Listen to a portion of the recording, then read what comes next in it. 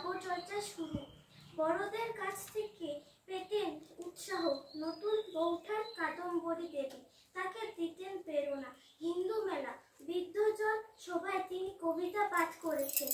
মাত্র 13 বছর বয়সে তত্ত্ববোধিনী পত্রিকায় তার প্রথম কবিতা প্রকাশিত হয়। নববসন্তে সৃষ্টি প্রাচুর্যে কবির মন ভরে যায়। এরপর তিনি বনফুল কবি কাহিনী, শৈশব সঙ্গীত, ভানুসিংহ ঠাকুরের পদ্মাবলী প্রভৃতি অনেকগুলি কাব্যগ্রন্থ মাত্র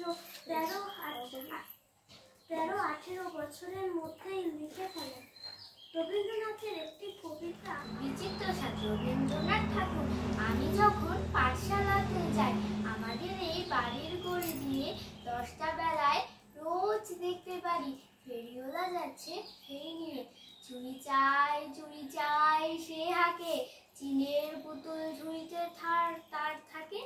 যায় সে চলে যে পথ তার খুশি, যখন খুশি খায় সে বাড়ি গিয়ে।